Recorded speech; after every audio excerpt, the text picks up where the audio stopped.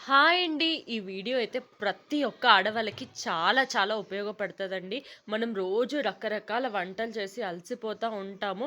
అయినా కూడా ప్రతిసారి ఎంత చేసినా గూడా ఇంట్లో చాలామంది మగవాళ్ళు ఈ కూర బాలేదు, ఆ కూర బాలేదు, ఇందులో ఉప్పు ఎక్కువైంది, అందులో ఉప్పు తక్కువైంది, ఇందులో కారం ఎక్కువైంది, ఇందులో కారం తక్కువైంది అని ఏదో ఒక వంక పెడుతూనే ఉంటారండి. అలాంటి వాళ్ళ కోసమే ఈ వంట అన్నమాట. ఇదైతే ప్రత్యేకమైన వంటండి. నేను నా స్వయం కృషితో కనిపెట్టిన వంటండి. అదే అండి గడ్డిచారు. ఇది ఎలా చేయాలో అయితే నేర్చుకుందాం రండి. ముందుగా కొంచెం ధనియాలు, కొంచెం జీలకర్ర, కొంచెం వెల్లుల్లి, కొంచెం మిరియాలు అయితే కచ్చా పచ్చాగా దంచి నీళ్ళల్లో ఏసి మరగబెట్టాలండి. నిజంగా అండి మనం ఎంత కష్టపడి మంచి మంచి వంటలు వండి పెడుతున్నా గూడా ఏదో ఒక సాకు పెట్టే మగవాళ్ళైతే ప్రతి ఇంట్లోనూ ఉంటారండి. అలాంటి వాళ్ళకి ఈ గడ్డిచారు పెట్టండి. తప్పకుండా నచ్చుతుందండి. ఇప్పుడు అందులో కొద్దిగా పసుపు, చింతపండు ఏసి చారునైతే బాగా మసలబెట్టండి. కొంచెం ఉప్పు గూడా ఏసేసి బాగా రంగు మారేంత వరకైతే మసలబెట్టండి.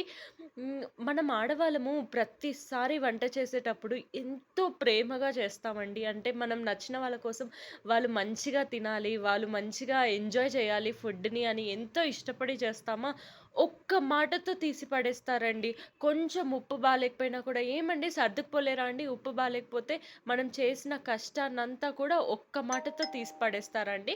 అలాంటి వాళ్ళ కోసం ఒక్కరోజు ఈ గడ్డిచారు పెట్టి చూడండి. ఇక జన్మలో మీ వంటకి సాకు పెడితే నన్నడగండి. ఇప్పుడైతే నేనైతే పచ్చిగడ్డి తీసుకున్నానండి. మీకు ఎండుగడ్డి ఇష్టమైతే మీ వాళ్ళకి ఎండుగడ్డి పెట్టాలనుంటే మీరైతే ఎండుగడ్డి పెట్టండి. నేనైతే పచ్చిగడ్డి పెడుతున్నానండి. పచ్చిగడ్డి తీసుకొని ఈ పచ్చిగడ్డిని కూడా కొంచెం ఈ రసంలో ఏసి మరిగించాలండి. ఇలా చూడండి. ఆ పచ్చిగడ్డిలో ఉన్న వాసనంతా గూడా ఆ రసంకి పట్టి బాగా మరగాలన్నమాట.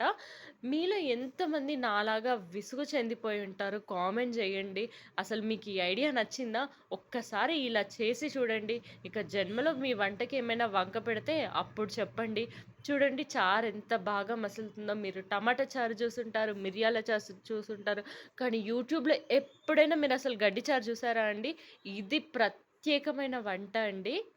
ఈ మధ్య ఇంట్లో వాళ్ళే కాదండి, చుట్టాలు కూడా అండి. వస్తారా, మనం ఎంతో ప్రేమగా వాళ్ళకి అది, ఇది చేసి పెడతామా, ఏదో ఒక సాకు చెప్తారండి. అసలు ఏదో ఒక వంక పెడతారు. ఎందుకంటే తిన్నగా తిని పోలేరా అండి? అందుకే అండి, అలాంటి వాళ్ళ కోసం ఈసారి మీ ఇంటికి అలాంటి చుట్టాలొచ్చినా కూడా వాళ్ళకి కూడా ఈ గడ్డిచారు చేసి పెట్టేయండి. యూట్యూబ్‌లో చూసిన కొత్త వంటకం అని చెప్పి ఈ గడ్డిచారు పెట్టేయండి.